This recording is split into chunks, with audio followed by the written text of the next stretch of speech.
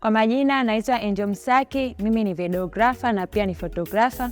Leo naletea somo linalohusiana na jinsi ya upigaji picha. Mpenzi mtazamaji, kama unategemea kuwa photographer au yule ambao unatarajia awe ndio photographer kwa sasa hivi, wakati wa kupiga picha unatakiwa kuzingatia vitu vikuu vitatu ambavyo ni ISO, shutter speed na aperture. Ukizingatia hivyo basi utakuwa umefaulu kuwa mpigaji mzuri wa picha na picha zako zitakuwa nzuri sana. Tukianza na ISO.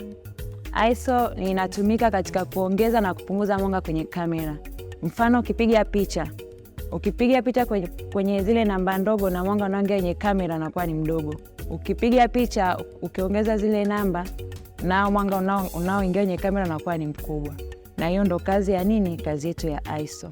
Kitu kingine cha pili ni aperture, ambayo aperture ni kiwango cha lensi kuingiza mwanga kwenye kamera, ambapo inatengeneza effect au ukungu kwenye picha. Kupitia hiyo aperture, kadri unavyoweka aperture ndogo basi na ile bra yako inazidi kuwa kubwa, lakini kadri unavyoweka aperture kuwa kwenye namba kubwa, ile bra inapotea kabisa. Lakini pia katika aperture, zile namba zinavyokuwa ndogo ndivyo jinsi na ile intensity inavyokuwa kubwa.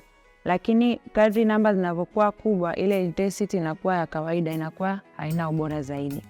Jambo la tatu na la mwisho, tunaenda kwenye shutter speed.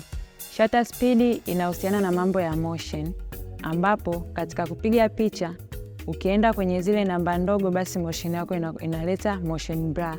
Lakini ukipiga kwenye zile namba kubwa, motion inakuwa clear.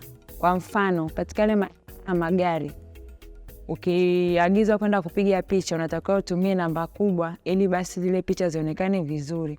Lakini ukiweka kwenye zile namba ndogo zile, picha yako inakuwa haina ubora zaidi. Pia katika upigaji wa picha, kuna vitu vingine vya kuzingatia, mfano aina za shots, movement na angles.